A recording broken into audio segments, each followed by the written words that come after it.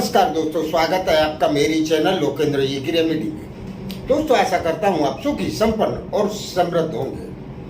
दोस्तों आप सभी को बता दूं, अगर आप किसी भी तरह से, किसी भी एंगल से शत्रु आपको परेशान कर रहे हैं, तो मैं इस वीडियो में गुरुवार 9 जून गंगा दशहरा है और गंगा दशहरा दोस्तों बुराई पर अच्छाई की जीत के उपलक्ष्य में मनाया जाता रहा है और मनाया जाता रहेगा। दशहरा इस दिन माता गंगा का पृथ्वी पर आगमन हुआ था और उसका श्रेय राजा भागीरथ को मिला हुआ है। दोस्तों गंगा को पृथ्वी पर लाने वाले राजा भागीरथ थे। दशहरा के दिन आप शत्रुनाश का ये जो उपाय मैं इस वीडियो में बताने वाला हूं, अगर आप दशहरा के दिन कर लेते हैं दोस्तों, आपका शत्रु माथा पटक के मर जाए। वो आपका नुकसान पहुंचाना तो बहुत दूर की बात है, वो अपने आप को नहीं संभाल पाएगा। मैं इस वीडियो में आपको बहुत ही सिंपल और सरल उपाय बताने वाला हूं।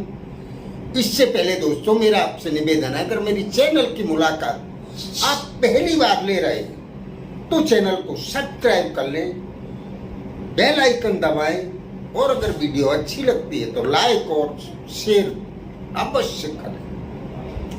अच्छी जानकारी किसी जरूरतमंद को मिले और उसका भला हो तो दोस्तों आपका भला अपने आप हो जाएगा। चलिए दोस्तों, आपको करना क्या है, गंगा दशहरा के दिन गुरुवार को आप पूरे दिन में सुबह से लेकर शाम तक ये क्रिया आप कभी भी कर सकते हैं।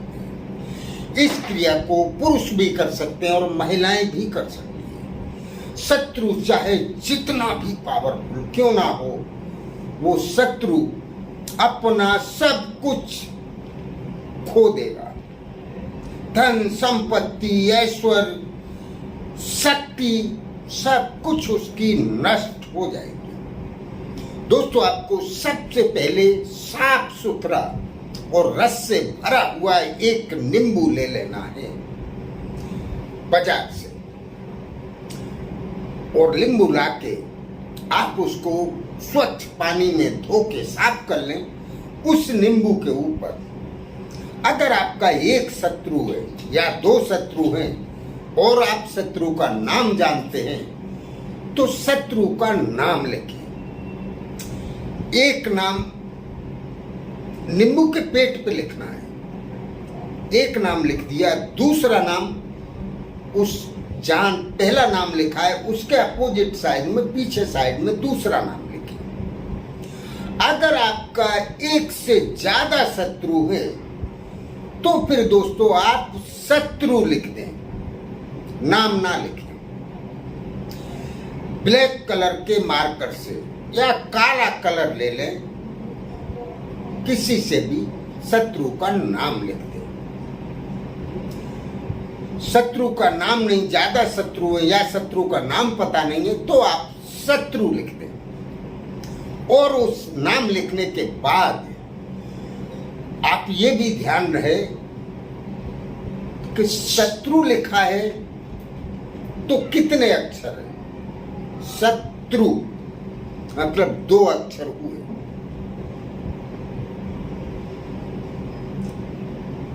तो आप 2 लौंग ले लें। और अगर नाम लिखते हैं तो फिर आप उसके नाम के जितने अक्षर हैं वो गिन लें और गिन के आपको उतनी ही लौंग ले लेनी है। आधा अक्षर अगर होगा तो आपको वो गिनती में नहीं लेना है। आप समझ गए होंगे। शत्रु में मैंने 2 लौंग लिया है तो एक उसमें भी आधा रा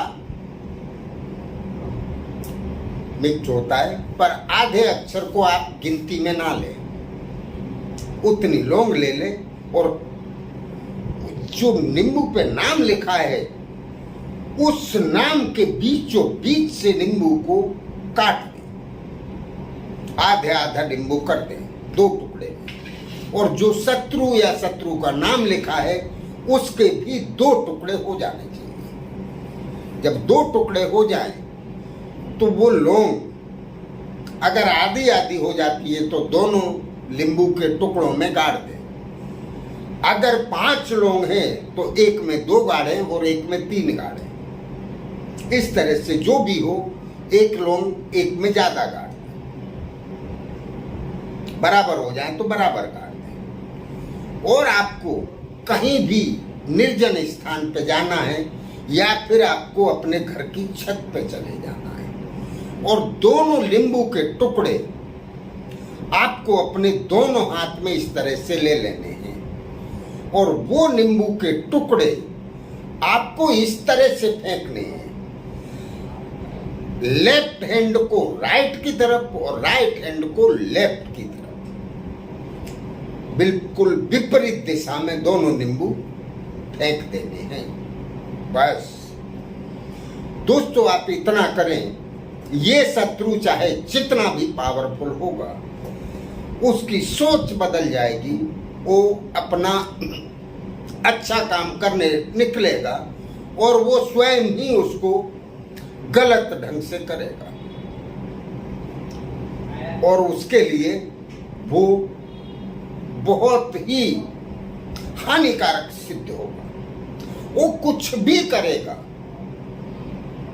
लेकिन सारे पासे उसके उल्टे पड़ते चले जाएंगे और धीरे धीरे होगा ये, वो शत्रु अपनी शक्ति, अपना धन, अपना ऐश्वर्य, अपना एक अस्तित्व, सब कुछ उसका खत्म हो जाएगा और वो स्वयं भी नष्ट हो जाएगा, खत्म हो जाएगा। वो आपका कुछ नहीं बिगाड़ सकता। तो करते रहिए। ये क्रिया बहुत ही पावरफुल है। किसी छोटी मोटी लड़ाई या झगड़े के लिए दोस्तों इस क्रिया का प्रयोग ना करें जब तक कि शत्रु से आपको आपकी जान या आपकी आन बान शान का खतरा ना हो। करते रहिए। इसको समझने में अगर कहीं कोई दिक्कत हो तो कमेंट बॉक्स में लिखकर पूछें। बस नमस्कार।